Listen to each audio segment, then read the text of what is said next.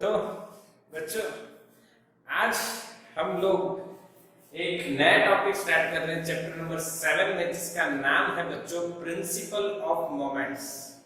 क्या नाम है? प्रिंसिपल ऑफ मोमेंट्स, या आप इसको POM बोल दो, या आप अपने हिसाब से इसको एक और मैं थियरी को नाम देता हूं छोटू नहीं इस बार मोटू पतलू।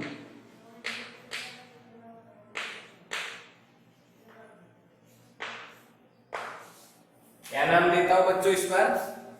मोटू पतलू। थियरी का नाम क्या है? मोटू पतलू थियरी। ओके, तो ये मोटू पतलू थियरी है क्या, वो समझते हैं आज, और ये किस तरह से आपको समझना है प्रिंसिपल ऑफ मोमेंट्स। बिल्कुल क्लियर करना, बिल्कुल क्लियर करना है। ओके, आगे ना, चलो तब ये किस तरह से समझी जाएगी बच्चों। देखो, इसमें एक तरीका होता है, इसका एक इक्वेशंस बनते हैं कई बढ़िया, और इक्विलिब्रियम का इसका एक फंडा इसमें यूज होगा कि इक्विलिब्रियम आप पढ़े हो, दो टाइप के इक्विलिब्रियम बच्चों, लीनियर एंड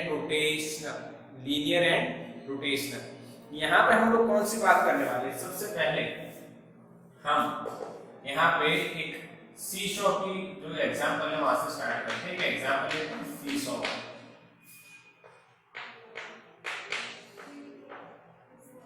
कौन सा एग्जांपल ले रहे हैं बच्चों? सीसॉ कि भाई मोटू पतलू खेल रहे थे, कहाँ खेल रहे थे? सीसॉ पे खेल रहे थे। मान लो बच्चों ये सीसॉ है और ये सपोर्ट है, और यहाँ पे मोटू बैठता है और यहाँ पे पतलू बैठता है, तो सीसो किधर जाएगा? तो सबको पता है सर, सीसो ऐसे हो जाएगा।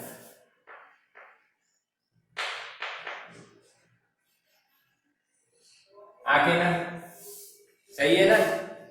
सीसो मोटू की और ऐसे हो जाएगा। क्लियर? समझ में आ रहा है कि नहीं आ रहा है? कि मोटू की ओर हो जाएगा। क्यों हो जाएगा? तो पता है कि मोटू का वेट ज्यादा है, पतलू का वेट कम है, ऐसा हो जाएगा। यस, बिल्कुल सीधी बात, नो बकवास, सीधी बात, नो बकवास, सिंपल।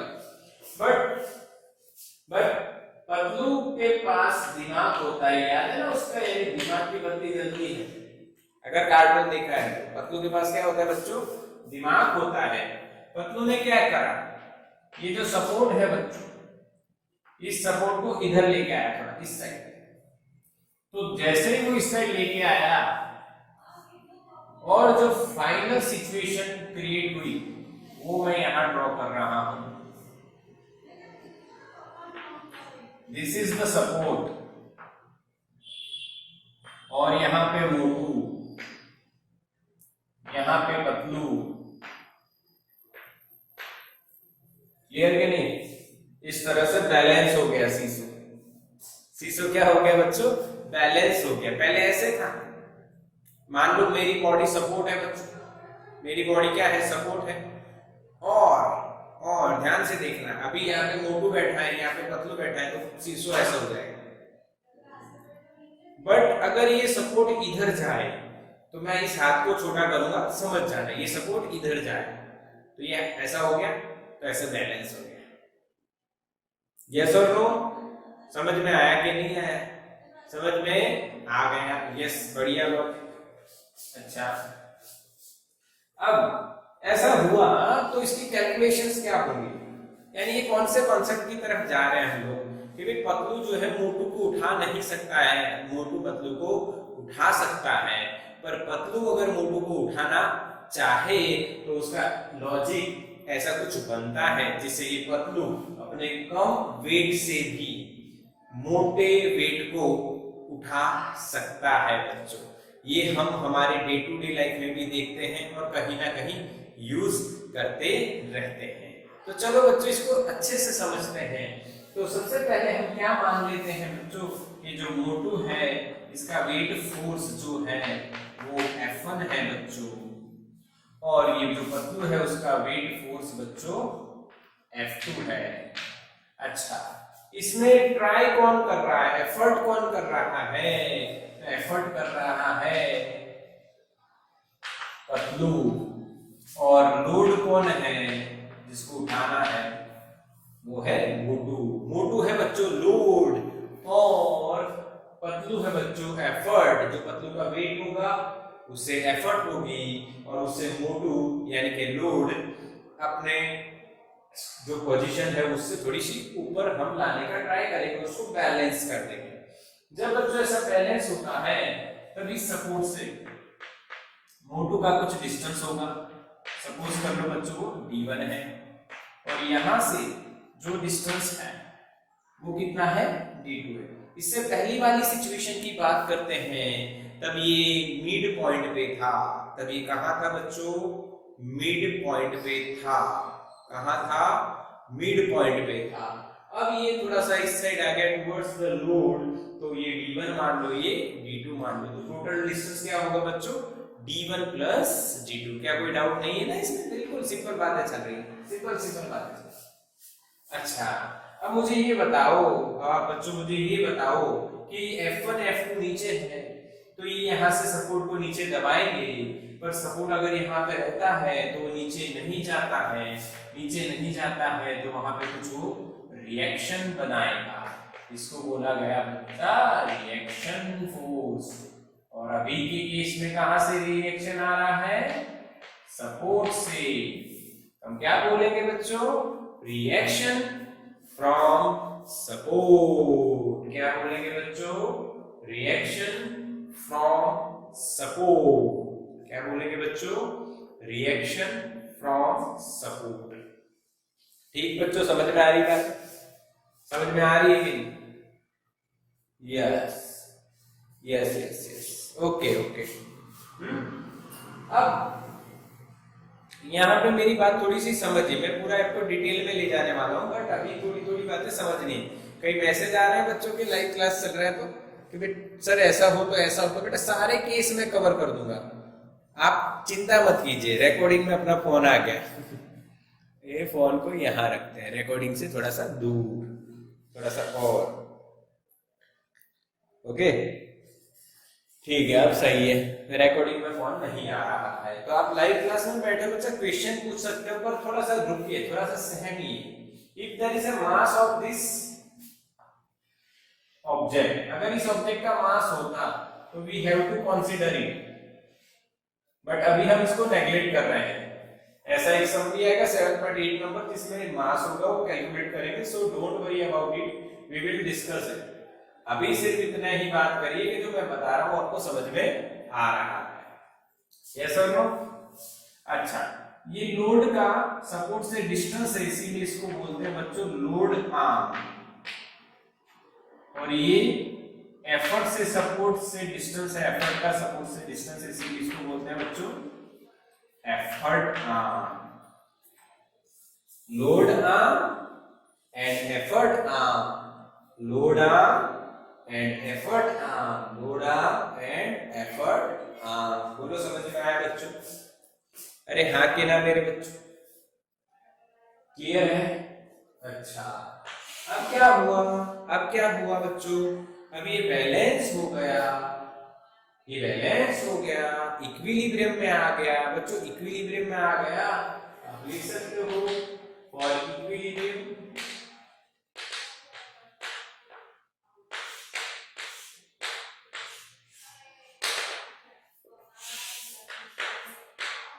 दो तरह के इक्विलिब्रियम होते हैं बच्चों, दो तरह के इक्विलिब्रियम होते हैं।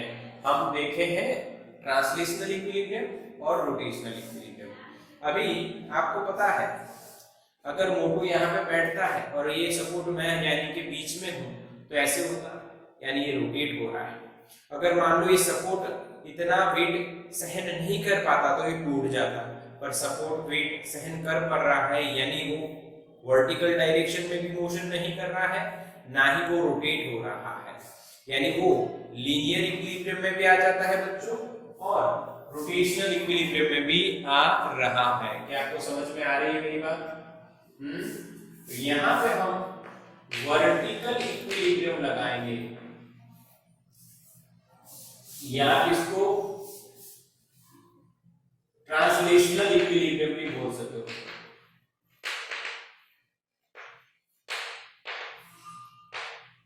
बच्चों ट्रांसलेशनल इक्विलिब्रियम में मतलब ये लीनियर मोशन नहीं करेगा। मतलब ये क्या नहीं करेगा बच्चों?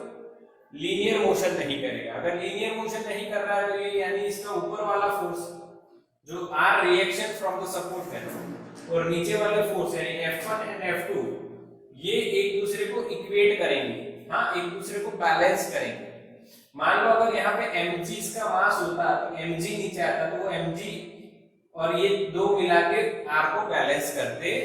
पर यहाँ पे अगर हम mg नहीं कंसीडर कर रहे हैं, अभी हम लोग mg नहीं कंसीडर कर रहे हैं, इसीलिए हमें सिर्फ F1 F2 ही लेना है। अब समेशन f यहाँ पे हॉरिजॉन्टल कोई फोर्स नहीं लग रहा है, ना ही बताया गया है। अगर हॉरिजॉन्टल फोर्स होता तो we have to also calculate horizontal equilibrium, और यहाँ पे वर्टिकल के लिए सिर्फ वर्टिकल। अब बच्चों आपको मानना है ऊपर वाला प्लस और नीचे वाला माइनस। तो ऊपर वाले फोर्सेस आप मानोगे प्लस, नीचे वाले माइनस, या उसका उल्टा भी ले सकते हो। हम ऊपर वाला प्लस लेते हैं यानी r प्लस F1 और F2 नीचे है यानी माइनस। तो बच्चों आप क्या लिख पाओगे? r equals to F1 plus F2। क्या बच्चों समझ में आया? क्या बच्चों मेरी बात समझ में आ रही है? यस और नो? यस और नो मैसेज पास? यस, बिल्कुल सिंपल। अब ट्रांसलेशनल इक्विलिब्रियम में आप यानी सीधे देखो, ये दो स्टेप आप नहीं करोगे जब सम करोगे तो डायरेक्ट ये लिखोगे, ऊपर वाले फोर्सेस का एडिशन बराबर नीचे वाले forces, summation F upper is equal to summation F upward और ये डाउनवर्ड। डायरेक्ट सीधा आंसर, सीधी बात, नो बकवास, कोई चिंता करने वाली बात नहीं। इक्विलिब्रियम का मतलब यही होता है। अब बात करते हैं दूसरे रोटेशन, दूसरे इक्विलिब्रियम की। दूसरा इक्विलिब्रियम होता है बेटा रोटेशनल इक्विलिब्रियम। तो मेरे बच्चों जो रोटेशनल इक्विलिब्रियम होगा उसमें क्या जीरो होगा? ट्रांसलेशनल इक्विलिब्रियम में बच्चों क्या जीरो होता है? Total force is equal to zero होता है। Summation of total force on the body is zero. But rotational equilibrium में क्या जीरो होता है? Torque. Total torque on the body is zero. अच्छा, तो टॉर्क लिखना है तो टॉर्क याद होना चाहिए। टाउ इज इक्वल टू बच्चों r क्रॉस f। तो टाउ इज इक्वल टू बच्चों rf sin थीटा। तो tau is equal to f into r sin theta. क्या बच्चों समझ में आई बात कि नहीं? कि नहीं? यस और नो? यस और नो बिल्कुल समझ में आ रही है मेरी बात? F into r sin theta बिल्कुल पक्का? यस। अच्छा, F और r sin थीटा को हटा के मैं ऐसे लिख सकता हूँ, perpendicular distance from reference. Perpendicular distance from reference बिल्कुल पक्का? हाँ कि नहीं? Perpendicular distance from reference. Okay, चलो ठीक बच्चों, चलो समझ में आ रहा है। अच्छा, तो यानी we can say torque depends on reference. आगे ना, torque depends on reference. But अगर टॉर्क जीरो है तो आप रेफरेंस कोई भी ले सकते हो। यानी टॉर्क जीरो होना इसका मतलब क्या है?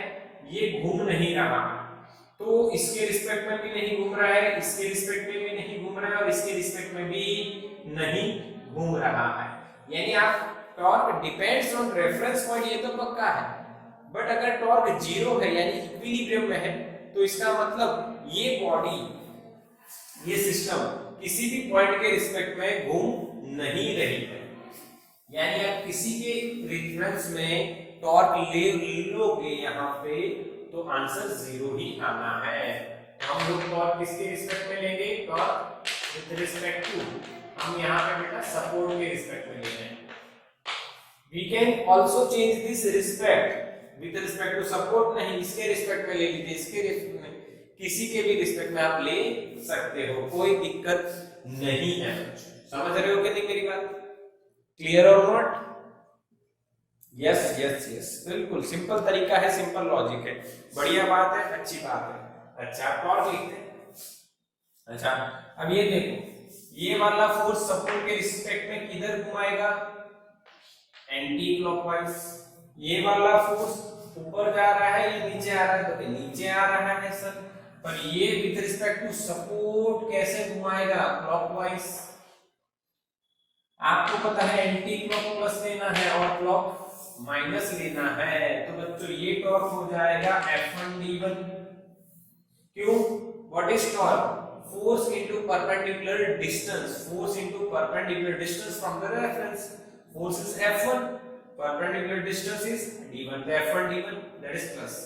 यहाँ पे क्या लिखा जाएगा बच्चों? F2d2, और वो कैसा आएगा मेरे बच्चों? माइनस, बिकॉज ये क्लॉकवाइज है। तो total torque F1d1 minus F2d2 is equals to 0। But बच्चों अभी मैं एक और बात आपको बताने वाला हूँ, प्लस रेफरेंस रिएक्शन, रिएक्शन का डिस्टेंस कितना है? रिएक्शन की तो फोर्स है ना, और वो सपोर्ट में से ही पास हो रहा है, इसलिए R into distance from the support is 0। क्या बच्चों समझ में आया? आप कहोगे सर आपने क्यों लिखा? लिखने का रीजन है कि आपको याद होना चाहिए, ये बातें कुछ याद होनी चाहिए। हाँ क्लियर क्लियर। तो बच्चों अगर मैं ऐसा कहता कि मैं ये पॉइंट ले लेता हूँ बच्चों, मान लो A और ये ले लेता हूँ B, अगर हम torque with respect to A लेते बच्चों, torque with respect to A लेते बच्चों, तो ये जो F1 है उसका टॉर्क 0 आता, R का कितना आता? RD1, R into D1। बोलो समझ में आया? हाँ के ना? इसको नोट कर लेना दिमाग में कि सर ने ऐसा बताया था कि किसी भी पॉइंट के रिस्पेक्ट में टॉर्क लोगे तो आंसर क्या आएगा? टॉर्क टोटल 0 के रोटेशनल इक्विलिब्रियम में। बट क्यों ऐसा करना है? किसी भी में लेना है सर, कोई एक फिक्स कर दो, इसी से लेंगे? नहीं नहीं, कई समय हम जल्दी कैलकुलेट करने के लिए अपने हिसाब से रेफरेंस लेंगे। मान लो हमें R को नहीं यूज करना है इक्वेशन में, R नहीं होना चाहिए, तो R के पॉइंट से आप ले लो, R का टॉर्क क्या हो जाएगा? 0, तो R इक्वेशन में आएगा ही। मान लो अगर हमें F1 इक्वेशन में नहीं चाहिए तो हमें A के अबाउट मोमेंट लेनी नहीं चाहिए, तो F1 into 0 F1 नहीं आएगा। यस और नो? समझ में आ रही है मेरी बात? यस यस, समझना है। बढ़िया क्वेश्चन, बढ़िया। अब इसको आप सॉल्व करोगे तो आपको मिलेगा F1d1 बराबर F2d2। क्या मेरे बच्चों समझ में आया? ये इधर आ गया। This equation is known as principle of moments. Motu Patlu theory का जो आंसर है वो ये आता है। क्या बच्चों मेरी बात क्लियर है?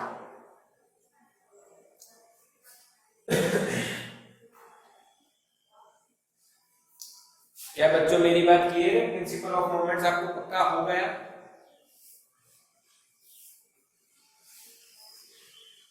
यस और नो? यस, बिल्कुल पक्का हो गया, बिल्कुल पक्का हुआ। अच्छा अब इसको एक बात याद और रख लेना है आपको, लोड इनटू लोड आर्म बराबर, ऐसे याद रखो तो बढ़िया है, लोड इनटू लोड आर्म बराबर एफर्ट इनटू एफर्ट आर्म। हाँ के ना? लोड इनटू लोड आर्म बराबर effort into effort arm. Yes और नो? यस और नो? यस, क्लियर है? लोड इनटू लोड आर्म बराबर एफर्ट इनटू एफर्ट आर्म। सही है? चलो क्लियर, चलो क्लियर, बात मेरी पक्की। अच्छा अच्छा, इससे फायदा क्या होगा? What is the advantage of this principle of moments. ये प्रिंसिपल का फायदा क्या होगा बोलो? तो आप देखोगे कि जो पतलू है उसने मोटू को उठा लिया, यानी हम कम एफर्ट से ज्यादा लोड को भी पुल कर सकते हैं या लिफ्ट कर सकते हैं। आगे ना कम लोड अगर हम लगाएं तो भी ज्यादा को हम लिफ्ट कर सकते हैं। दिस इज द बेनिफिट और दिस इज द एडवांटेज। इसको बोलते हैं बच्चों मैकेनिकल एडवांटेज। क्या बोलते हैं? Mechanical advantage. What is mechanical advantage? MA, ratio of load upon effort. Ratio of load upon effort is called mechanical advantage. Ratio of load upon effort, or you can write from this equation d2 upon d1. Yes or no? This is the mechanical advantage. आया कि नहीं बच्चों? Screenshot लो इसका। तो बच्चों आपने screenshot ले लिए, मैंने आपको प्रिंसिपल ऑफ मोमेंट्स बता दिया। ma is equals to f1 by f2 is equals to d2 by d1, that is mechanical advantage. ये भी मैंने आपसे डिस्कशन कर ली, बट इसको समझने को कैसे मैकेनिकल एडवांटेज होता है देखो समझना है बच्चों। तो अगर मैंने f1 को सब्जेक्ट बनाया तो बच्चों आपको मिलेगा d2 by d1 into f2। आगे अगर मैं f1 को इस इक्वेशन या इस इक्वेशन में दोनों में आप f1 को सब्जेक्ट बनाओ तो यही आंसर आने वाला है। अब इसका मतलब समझिए, यहाँ पे d2 बहुत बड़ा हो या d2 बड़ा हो d1 से, और होता ये दिख ही जाए ना, d2 को d1 से बड़ा है, इसका मतलब ये वैल्यू बड़ी मिलेगी, और जो f2 है छोटा उससे बड़ी वैल्यू मल्टीप्लाई करोगे तो वो f1 के बराबर हो जाए, तो f1 f2 बैलेंस कर देंगे एक दूसरे को। यस और नो? हाँ के ना बच्चों? f1 f2 हाँ के ना? मेरी बात समझ में आ रही है? This is mechanical advantage. इसको मैकेनिकल एडवांटेज बोलते हैं। आपने स्क्रीनशॉट ले लिया, नहीं लिया है तो ले लो। अब इसका एक सम भी देख लेते हैं। हाँ, यानी प्रिंसिपल ऑफ मोमेंट्स का इक्वेशन आप ये याद रख लो बच्चों, f1 d1 बराबर f2 d2। क्या याद रखोगे मेरे बच्चों? f1 d1 बराबर f2 d2। सही। Load arm into load is equals to effort arm into effort. ये आपको याद रखना है।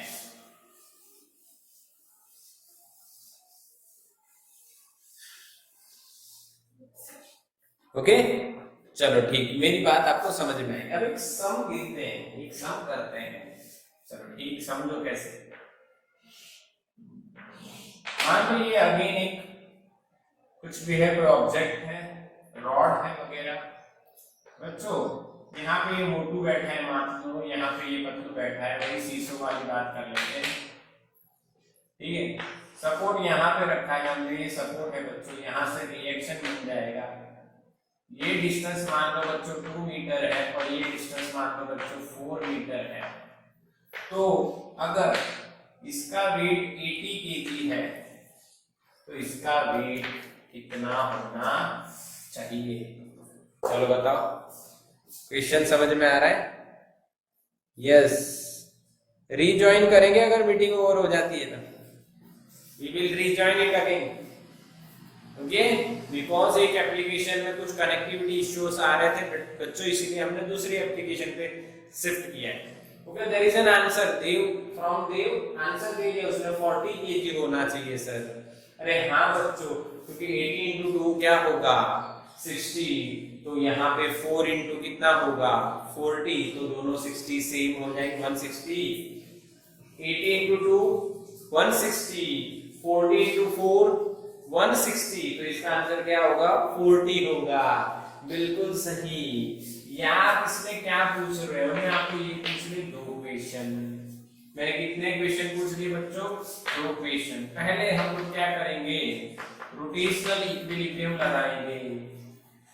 टोटल टॉर्क बराबर क्या हो जाएगा 0। या आप प्रिंसिपल ऑफ मोमेंट लगा दो, तो आप क्या करोगे f1 d1 बराबर f2 d2 इसको F1 मान लो दोस्तों। F1 क्या हो जाएगा 80 इंटू जी, इसका F2 क्या हो जाएगा m इंटू जी, ये D1 हो गया, ये D2 हो गया। तो 80 in g into 2 is equals to mg into 4। तो बच्चों g मरा, 2 2 जा 4 मरा, ये 240 हो गया। तो m is equal to 40 kg is our answer बच्चों। हाँ के ना? यस यस बिल्कुल 40 kg। अब मुझे रिएक्शन बताओ, तो आप रिएक्शन के लिए लोगे vertical equilibrium, that means summation of vertical forces is 0। तो बच्चों वर्टिकल फोर्स में हम r बराबर ऊपर वाला बराबर नीचे वाला 80g प्लस mg। ऊपर वाला कितना है 80g है, सॉरी ऊपर वाला कितना है r है, r बराबर 80g प्लस mg।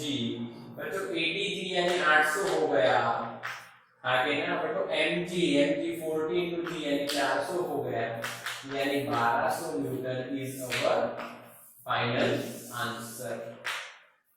क्या बच्चों समझ में आ रहा है?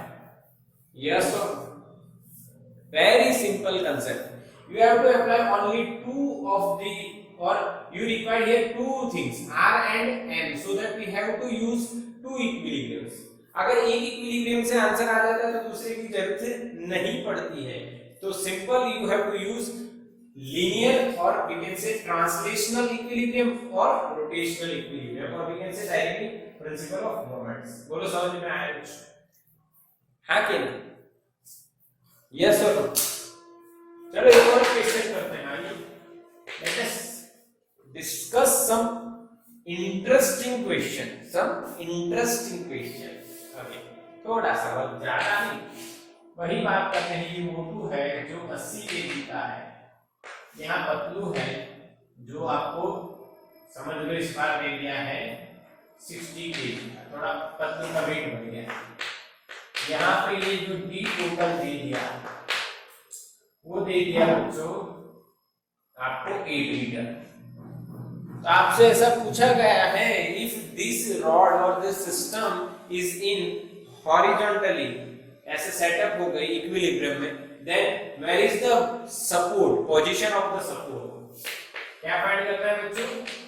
पोजीशन ऑफ सपोर्ट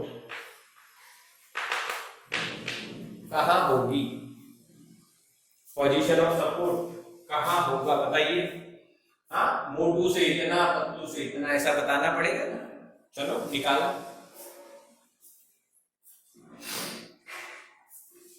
मान लो मोटू से यहां पे सपोर्ट आपने रखा, ये डिस्टेंस आप अगर x मानते हो तो ये डिस्टेंस कितना हो जाएगा d माइनस एक्स। क्या बच्चों समझ में आ रहा है? तो इक्विलिब्रियम में प्रिंसिपल ऑफ मोमेंट्स लगा दीजिए, F1 d1 बराबर F2 d2 कर दीजिए। F1 क्या होगा 80g, इसका वेट कितना होगा 80g, दैट इज F1। इसका वेट कितना होगा 60g, दैट इज F2। तो 80g into d1, सपोर्ट से डिस्टेंस कितना है x, is equal to 60g into d minus x, और we can say 8 minus x। Yes और नो बच्चों? क्या आप फाइंड कर सकते हो? ये 0 और g गया, आगे ना ये 3 2 जा हो गया, ये 4 2 जा हो गया, यानी आपके पास 4/3x मिल जाएगा 8 minus x। तो वो x इधर के लिए क्या हो गया, तो 7x/3 is equals to 8, x बराबर 24/7। क्या बच्चों सही आंसर? क्या बच्चों सही आंसर है या कुछ गलती है? बताइए, मैसेज कीजिए जल्दी से, क्या कुछ गलती है सही आंसर?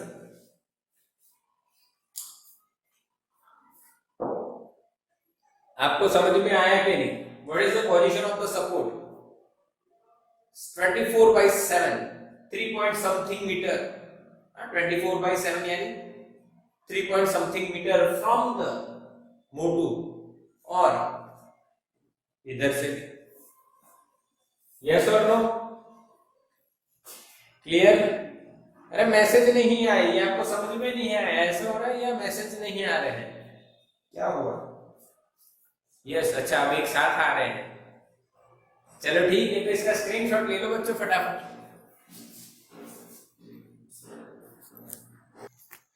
तो बच्चों आपने स्क्रीनशॉट तो ले लिया होगा, हाँ, यानी आपको प्रिंसिपल ऑफ मोमेंट्स बिल्कुल पक्का हो गया।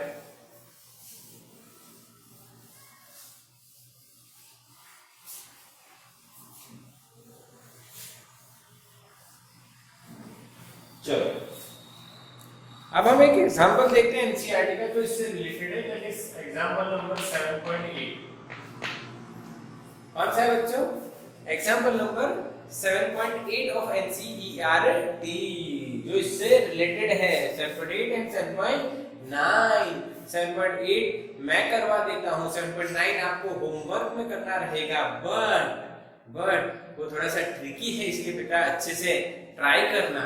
ये मैं इतने सिंपल तरीके से आपको करवाने वाला हूं, जो आपको मैंने पहले ही कंसेप्ट दिया था इन थियोरी, भाई इस तरह से हम यूज करेंगे कंसेप्ट को, जिससे आपको बढ़िया से बढ़िया कंसेप्ट बिल्कुल सिंपली, एकदम सिंपली मैं आपको करवा दूंगा। तो देखिए इस कंसेप्ट कैसे मैं करता हूँ इस सम को, और इसका तरीका अपने दिमाग में स्टोर कर लीजिए और लिख भी लेना। चलो तो ठीक है, पहले क्वेश्चन समझते हैं। तो बच्चों एक रॉड है, मान लीजिए, मैं थोड़ा बड़ा बनाऊंगा क्योंकि हमको बहुत सारे इसमें जो डायमेंशन है वो बताने हैं। एक रॉड है बच्चों AB, उसकी लेंथ है बच्चों 70, लगभग 60 नहीं 70, यस 70 है। कहीं पे कोई गलती हो तो बता देना, क्योंकि मेरे पास एनसीईआरटी आज नहीं है, मैं इसको रट्टा लगा के आया हूँ, यानी ये मुझे ध्यान है, अभी गुजराती मीडियम में मैंने पढ़ाया था। अच्छा इसका ये सेंटर है बच्चों, ये सेंटर है, सेंटर से नीचे इसका वेट दिया हुआ है, ये सेंटर जो है सेंटर ऑफ ग्रेविटी होगा। आपको मैंने पहले पढ़ाया था सेंटर ऑफ मास क्या है और सेंटर ऑफ ग्रेविटी क्या है। तो सेंटर ऑफ ग्रेविटी जहां पे वेट फोर्स लगेगा, gravitational force from the earth, वो इन्होंने दिया है कुछ 4 kg। तो 4 kg का कितना न्यूटन हो जाएगा बच्चों? 40 न्यूटन। अच्छा ये कितने डिस्टेंस पे होगा? तो मिड पॉइंट गिन लेंगे कि ये यूनिफॉर्म रॉड है 35 centimetre from one of the edge. अच्छा समझ में आया क्वेश्चन इतना? क्वेश्चन अलग अलग 3 पार्टों में है, पहले ये पार्ट बताओ समझ में आया कि नहीं? यस और नो? यस। अब क्या किया है आपने, एक 2 नाइफ लिए हैं और 2 नाइफ से इसको बैलेंस किया है, पर वो नाइफ आप इस एज से लगा रहे हो, सेंटीमीटर दूर लगा रहे हो, तो 10 सेंटीमीटर बच्चों, दिस इज नाइफ 1। इधर से भी इतना ही दूर लगा रहे हो, A2 वो है आपका अगेन यहां से 10 सेंटीमीटर बच्चों, दोनों साइड से बच्चों आपका 10 सेंटीमीटर ये लग जाता है। आपने बैलेंस कर रखा है, बैलेंस कर ओके। और एक और बात ये देखते हैं कि किसी एक एज से, मान लेते हैं हम ए एज से 30 सेंटीमीटर दूरी पे एक और वेट ये लटकाने की बात कर रहे हैं 6 kg। 6 kg जी अगर मैं 10 लेता हूं तो कितना हो जाएगा? 60 न्यूटन। समझ में आया बच्चों? This is the second part of the question. पहला लेंथ वगैरह, अब ये सब डेटा दिया है। अब फाइनली क्वेश्चन ये पूछा है, find the reactions from the knights. कितना रिएक्शन ये दोनों जनरेट कर रहे होंगे, तो हमने बच्चों नाम दे दिए R1 और R2। तो आपको क्या निकालना है बच्चों? R1 और R2। बोलो बच्चों क्वेश्चन समझ में आया? यस और नो? एनसीईआरटी टेक्स्ट बुक आपके पास है, आप क्वेश्चन पढ़े, इस तरह से पूरा इसका एनालिसिस करना है बिल्कुल ध्यान से, और उसके बाद ये diagram step by step 3-4 step में आप ड्रॉ कर सकते हो कि ये डेटा दिया है, फिर ये होगा, फिर ये होगा। तो इस तरह से मैंने आपको समझाया। आपको वीडियो मिलने वाली है लाइव क्लास में, अगर किसी बच्चे को डाउट रह जाता है तो वीडियो भी मिल जाएगी, या फिर इसको कॉल कर दीजिए और डिस्कस कर लीजिए what is the logic behind this. Okay, तो बच्चों अब बात करते हैं कैसी और किस तरह की। तो बच्चों ये बात है कि रिएक्शन अगर आपको फाइंड करने हैं, if you want to find out reaction from the support, अगर आप रिएक्शन फ्रॉम द सपोर्ट यानी नाइफ से फाइंड करना है, तो जब आपने इसको बैलेंस किया है यानी कि ये इक्विलिब्रियम में है, ये किसमें है बच्चों? इक्विलिब्रियम में। तो हम लोग इक्विलिब्रियम लगा रहे हैं, तो पहला मैं कौन सा लगा रहा हूं? तो पहले मैं लगा रहा हूं रोटेशनल इक्विलिब्रियम, जिसमें टोटल टॉर्क क्या हो जाता है? 0। ठीक है। अब रोटेशनल इक्विलिब्रियम किसके रिस्पेक्ट में लगाएंगे? आपको पता है टॉर्क अगर आपको फाइंड करना है तो रिस्पेक्ट लेना है। अगर ये रोटेशनल इक्विलिब्रियम में है, टॉर्क आपको फाइंड करना है, तो किसी भी पॉइंट के अबाउट इसका टॉर्क अगर फाइंड करोगे तो कितना मिलेगा? 0, क्योंकि रोटेशनल इक्विलिब्रियम में है। तो बच्चों हम क्या करते हैं, मैं देखो आपको पहले भी बता चुका हूं, मैं इसके अराउंड भी टॉर्क ले सकता हूं, इसके किसी के भी अराउंड, और हमें R1 R2 फाइंड करने हैं। अगर आपने इसके रिस्पेक्ट में टॉर्क लिया तो R1 R2 दोनों आएंगे इक्वेशन में। तो हम एक आइडिया लगाते हैं, हम torque with respect to K1 लेते हैं, जिससे क्या होगा? R1 0 हो जाएगा, तो इक्वेशन में सिर्फ कौन आएगा? R2, और हम R2 फाइंड कर लेंगे। चलिए देखते हैं। तो torque with respect to K1 अगर आप लगाते हैं, तो जितने भी फोर्स हैं वो इस रॉड को घुमाने का ट्राई करेंगे। तो बच्चों पहला फोर्स हम यहाँ पे बात करते हैं R1, और उसका K1 से डिस्टेंस क्या है? 0। टॉर्क यानी क्या? Force into perpendicular distance. तो फोर्स है बच्चों R1 और उसका K1 से डिस्टेंस 0 हो जाएगा। दूसरा है ये वाला 60 न्यूटन। 60 का ये डिस्टेंस कितना होगा? तो बच्चों ये 30 ये 10, तो ये कितना हो जाएगा? 20 सेंटीमीटर। यहाँ पे मैं 20 सेंटीमीटर लिख देता हूं। और ये K1 के रिस्पेक्ट में कैसा होगा? क्लॉकवाइज, इसीलिए आगे क्या आएगा? माइनस। आगे क्या आएगा बच्चों? माइनस, क्योंकि ये कौन सा है बच्चों? क्लॉकवाइज। समझ में आया? क्लॉकवाइज हमें माइनस लेना है, एंटी क्लॉकवाइज प्लस लेना है। बच्चों क्लियर के नहीं? ओके। जितने भी फोर्स हैं वो सारे टॉर्क जनरेट कर रहे हैं कि नहीं, उसका आपको इक्वेशन लिखने हैं और आंसर आता जाएगा। चलो दूसरा फोर्स कौन सा है? 60 हो गया, R1 हो गया 40। अब K1 के रिस्पेक्ट में 40 अगेन क्लॉकवाइज जाएगा, तो -40, और 40 का डिस्टेंस कितना होगा? तो बच्चों ये 35 है, ये 10 है, ये कितना हो जाएगा? 25। अब यहाँ पे 25 सेंटीमीटर लिख दीजिए। लास्ट वाला फोर्स कौन सा है बच्चों? R2, और वो K1 के रिस्पेक्ट में कहां जा रहा है? ऊपर। तो कैसे घुमाने का ट्राई करेगा? एंटी क्लॉकवाइज यानी प्लस।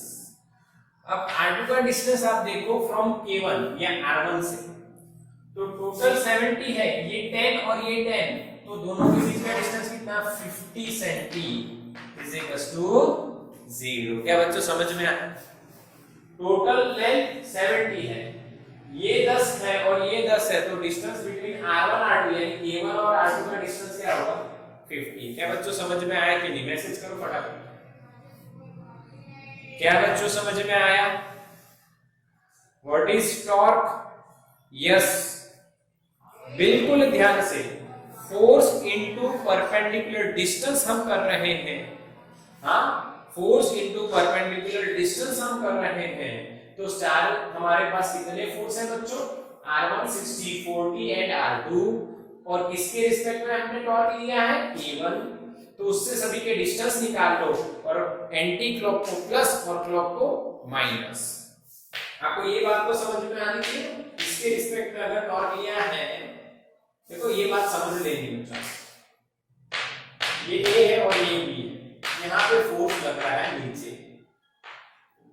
तो विद रिस्पेक्ट टू A अगर आप टॉर्क ले रहे हो तो इसका टॉर्क आएगा क्लॉकवाइज, वो negative. With respect to B आप ले रहे हो तो आएगा एंटी क्लॉकवाइज यानी पॉजिटिव। ये तो आपको पता है ना?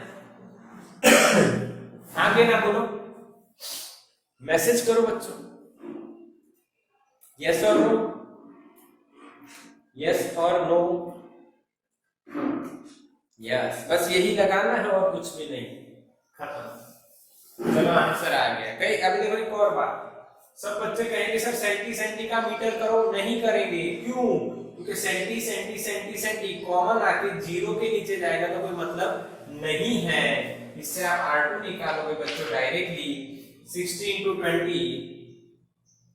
अच्छा एक और तरीका बता देता हूँ, देखो।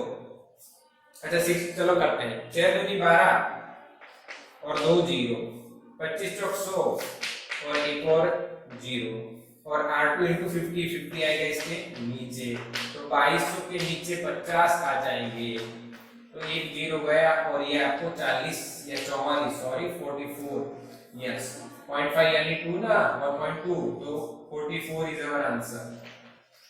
यस आ रहा है ना बच्चों? We can get answer directly in 1 or 2 steps. Yes or no? 44 Newton. Very simple concept. Very simple concept. आगे नहीं, इसीलिए मैंने किसके रिस्पेक्ट में लिया? K1 के रिस्पेक्ट में। अगर आप K1 की जगह G के रिस्पेक्ट में लेते तो R1 और R2 दोनों आते इक्वेशन में, तो एक इक्वेशन ये बनता, एक वर्टिकल से बनाओ फिर दोनों को सॉल्व करोगे। अब ऐसी दफा ऐसी प्रॉब्लम निकल गई है, अब हम करेंगे वर्टिकल इक्वेशन डायरेक्टली। तो वर्टिकल इक्वेशन क्या बताता है? Summation f vertical direction is equal to 0। हाँ तो ऊपर वाले बराबर नीचे वाले, ऊपर वाले कौन है? R1 plus R2। नीचे वाले कौन है मेरे बच्चों?